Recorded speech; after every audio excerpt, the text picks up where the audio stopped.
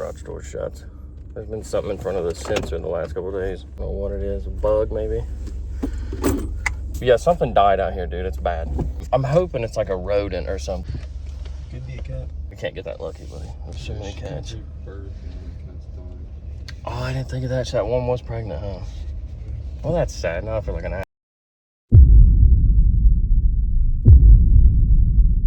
Speaking of like rodents and insects or whatever, that plumbing job I did yesterday, thankfully I have like situational awareness because somebody else it could have been bad. So I'm in this guy's basement / garage trying to do this plumbing job, and this giant spider walks out in between me and him both. First thought is stomp it, right? Because I'm not trying to get bit by a big spider. But I hesitated, and I'm like, I don't know how this guy feels about it. You know what I mean? Like, I said, dude, that's a pretty big spider, man, and it's right by you. And he's like, I know. He's like, isn't it great?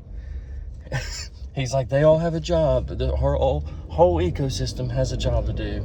And yeah, there's like, and the bigger they are, the better they are at their job. So if I would have smashed him, that dude probably would have been upset. You guys can be anything you want to be. You know that? Seriously. I have a label maker. Just type in what you want to be called and put it on your shirt for today. You want to tell the people anything? Hold it. Okay. Yeah, tell them something. Tell them how much you can bench press, because this dude's pretty strong. 225. Nuh-uh. Jeez. We're going to have to get that on camera. I didn't realize you got that far up. This is somebody that actually utilizes the weight bench. And oh, yeah. I never did as a kid. I was like I said, I was so scrawny. We have to put some pictures up. Yeah. Couldn't gain weight to save my life, dude. No matter what I did. But I was always like ripping and running too. So in our era, and I don't think kids really do this anymore, but I would get on my bicycle and I would be all over town. How do you break your right wrist? Punching a wall. Damn. Yeah, and that's why when I was talking to you last night, like, yeah. When we're kids, we just don't understand our emotions and everything. And I was so angry at the situation with my parents, man. Like, I knew they were wrong, and I knew they were terrible, and I knew I was going to go to the foster system eventually. And I was so mad at them that I punched. And that's actually part of why, it was part of the story when I went to foster care, because I had punched the wall, broken my wrist, and told them that I broke it. And my mom, who was drunk, was like, that's self-inflicted. We're not taking you to the hospital. That's a self-inflicted wound. And I was like, yeah, but it still hurts. You know what I mean? But so anyway, yeah. So whenever they finally made the decision to give me up to the system, that was part of their decision. Like, the foster care was like, yeah, you didn't even take him to the hospital when he broke his wrist or whatever. Like, so I mean, yeah, that's crazy that you broke both of them now. Both of your wrists. Yeah, true. I didn't even think that wasn't near as bad as this one though. Yeah. This one. Yeah. I've been like sniffled up and everything like here lately. I just blew something out laughing, so that's pretty gross. Oh yeah. Definitely gotta leave that in. We'll start putting like a little American Pickers theme across there. What about you, Cole? What? I don't know. We're gonna have to do this every day, man. It's gonna be, we just gotta get the people to the fun stuff. It's not gonna be so hard when we're ripping and running in side-by-sides to entertain them, but on the way to school, it's kind of hard. For the driving the kids to school content, I'll pick back up later on in the middle of the day and have something interesting for you guys. You guys are gonna be mind blown. Do you trust me at this point?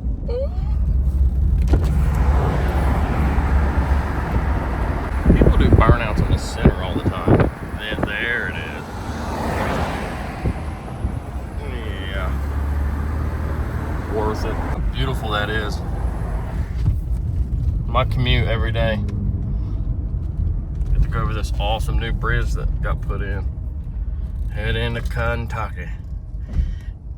All you gotta do is just stay out of Kentucky and you'll be fine. What an idiot. Had to come back to the house for something and broke another leg off of this camera holder or tripod again. I think I got one more spare here somewhere. See? Told you guys the next scene was going to be exciting. It is literally my last spare one. Let's put it on there. I got to get a new. Oh, God got it for me for Christmas. Couldn't have been a better gift, man. I really appreciate it. Use it every day. It's such an odd feeling to be in your house by yourself. You know that I come back while everybody's gone vibe. This is what it feels like to sit on my couch with nobody here. This is what it feels like to turn my lamp on with nobody here. This is what my refrigerator looks like with nobody here. So that's what the blower motor sounds like. I've never taken such a peaceful... I forgot I left my truck running. I was in there for way too long. That load was nothing for the old Ford. I mean, the F-150 is pretty much the workhorse of the truck community. That wasn't meant to be a joke, but I can literally hear you guys laughing through the camera. And there's gonna be some LOLs in the comment section. Everybody picks on these F-150s, man. I still get 17.5 miles a gallon with that EcoBoost.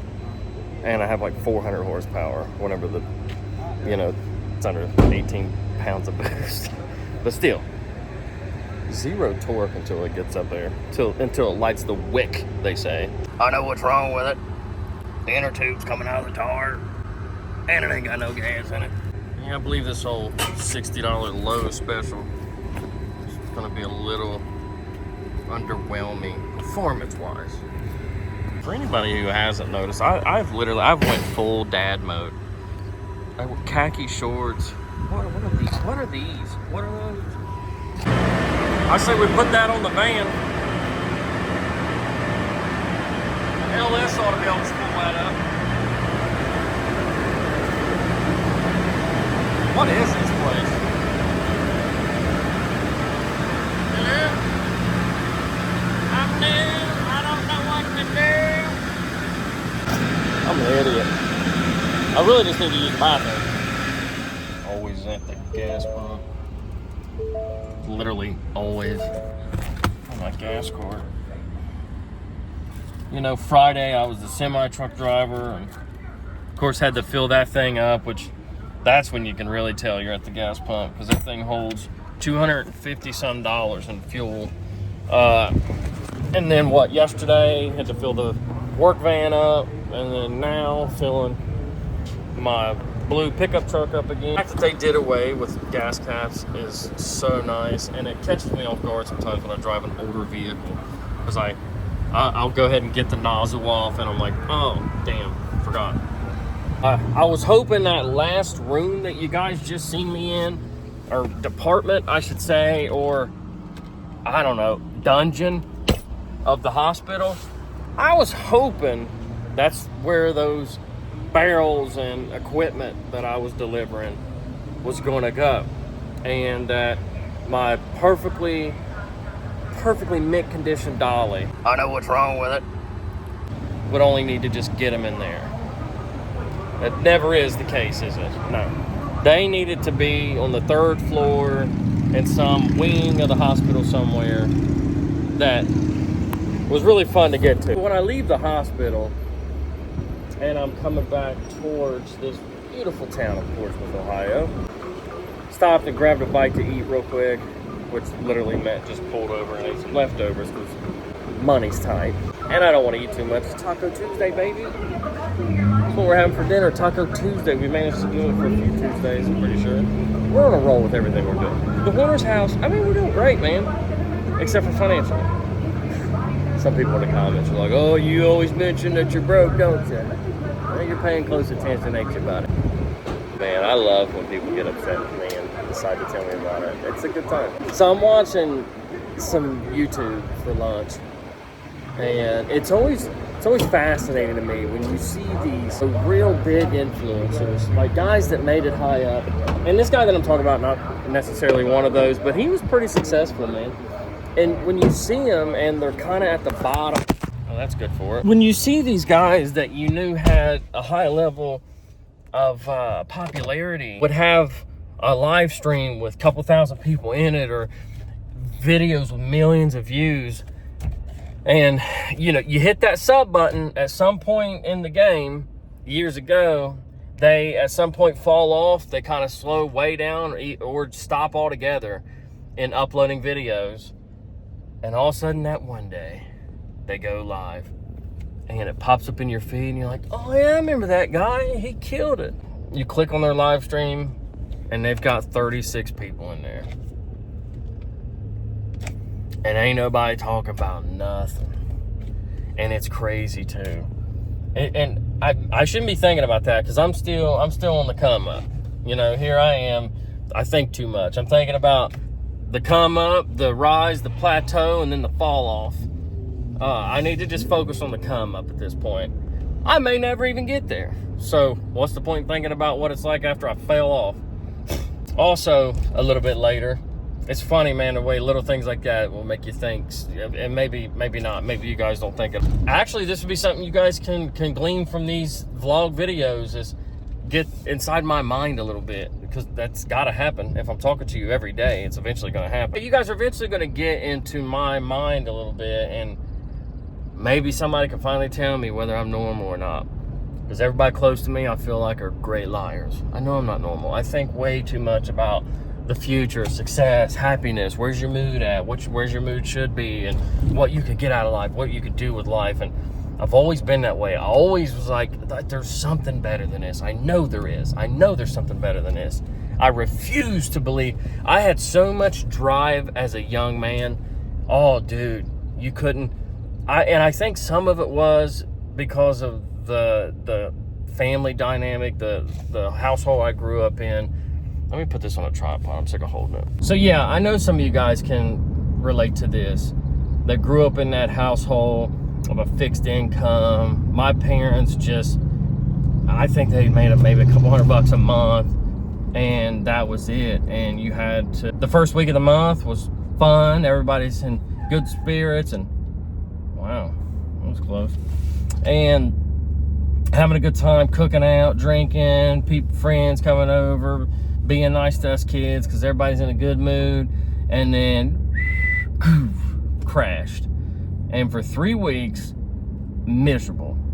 You know, don't bother us, don't walk in and out of the house, stay away from us, and you know, there's nothing to drink or snack on here, so go to your friend's house. And it was just a miserable situation. And I'm a people pleaser at heart, man, and that's kind of where it was brewed from and created. Was I was just like, nah, man. So I see a problem. We just need money. We just need to fix it with money. And I would go and shovel snow.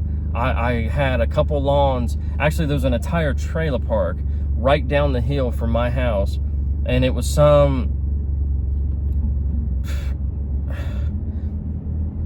I'm having trouble saying it because I want to keep this channel clean, but let's just say she was a lady into ladies. Haircuts don't lie. And she was over the property management. And she was also like a private investigator, so it was kind of cool, mysterious. And I think she was just investigating other women. Anyway, I was her right-hand man. I would go around each trailer with a weed eater, and there's like, what, 40 on the upper end, 30 on the lower end, like at least 60, 70 trailers that I would weed eat around, each and every one of them, being careful not to damage the underpinning. And she would come behind me on a ride mower, just, you know, munching that fur. I can't, oh my God. Anyway, I was doing that.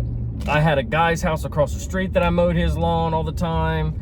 And everybody knew me as the guy that would shovel the snow when the snow came. And then whenever I was 15 years old, I was allowed to work in there was like a school program where the schools that were getting ready for the next school year would pay random 15-year-old kids, literally put them on a payroll, you get a paycheck, to come and like move desks to this place or set this classroom up, stuff like that. I did that when I was 15. And then when I turned 15 and a half or 16, I got a job literally as a telemarketer. Mind you, all of this that I'm doing, I'm giving 50% of it to my parents. Right down the middle, sliced right down the center. Here you guys go. I just made $20 mowing this lawn. Here's 10 of it. Let's go get some beer and let's have a better time. I don't want to see you guys laying in bed miserable and mad at life. And same thing, when I got a job, they would every Friday take me to get my check from the telemarketing place. It was called JAK, as a matter of fact. And I don't know, it was some John something. It was some guy's initials, I think. And then it turned into OTC, which was Ohio Troopers Coalition, which, yeah, what a joke. You know, we found out that 96% of the money we raised for the Ohio Troopers and the Fraternal Order of Police, we kept, because, you know, there was overhead, right? And they gave 4% to the actual cause. I gave 50% of mine to my parents. And I was always doing that. And it was just like I said, there was more to it than me. It was like, you fix these problems. You don't just sit around and cry about it and go, oh, well, woe is me. Wah, wah. This is the hand I was dealt, so I guess I'll just sit here at the house broke. I know, I'm going to go get it, you know. And then it come time for me to get a car. And a lot of people are like, well, shoot, I don't know how you get a car. You got to go, cars are like thousands and thousands of dollars, and you got to go through a finance company, and you got to do all this and that. And I was like, there's got to be a way. And there's a local car dealership. It's real big in our area. The Glockners is what it's called. And I seen that they had this lot where they had all these fancy cars in the front, but in the back you would see these boxes just sitting back here. And I was always like, I wonder what those boxes are for, and I wonder if they'll sell them. What it was is where that old tactic where you confuse a customer and make them think that you're giving them so much for their used car, right? They see you pull in a 92 Beretta, and they're like, hey, he's looking at that Silverado over there, mark it up by $800, and we'll tell him we'll give him $800 off for that Beretta and make him feel like a man today. If you guys ever seen that episode of Al Bundy where he gets that little red clown car. But so anyway, I go in there and I'm like, hey man, what's the deal with the Beretta out back? I'm like, it's a wholesale item, and we got it on trade-in, and we run those things up through the auction. We don't sell them from here. I'm like, well, could you sell them from here? And maybe being that guy was a seasoned salesman, seeing the tenacity in this little 16, 15-year-old kid, like, not taking no for an answer. I'm like, you could sell it. Like, how much did you give the guy off for it? You know, this and that. And long story short, it turned out they had $600 in it. And so I said, well, can I give you $600 for it? That way you guys don't have to deal with taking it to the auction, whatever.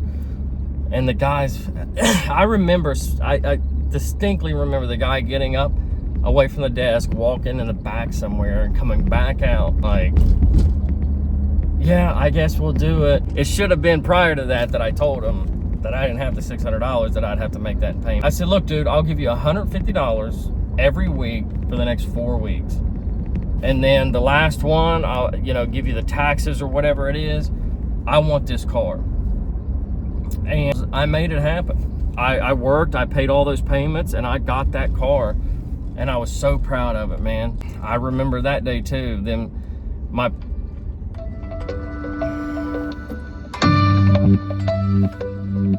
hold tight. It's James. Hey James, how are you doing?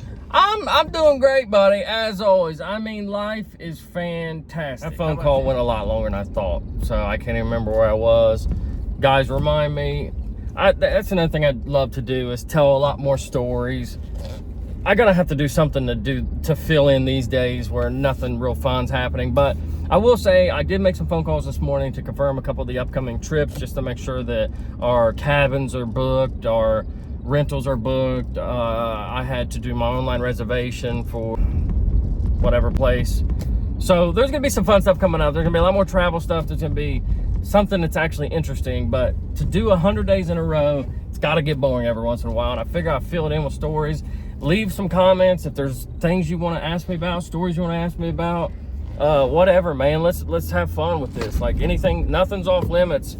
And I was surprised that I didn't see more comments asking me to actually share that old cringy YouTube stuff that I did. I'm more than glad to share it. I think it's funny. And I think if you can't laugh at yourself and laugh at your corniness or your trials or whatever, and surely people didn't think that I just overnight, just all of a sudden one day picked up a camera and I was this good, right? This good at the camera angle, this good at editing, this good. Doesn't happen overnight, baby. Been trying this for years. People are gonna be like, he thinks he's that good.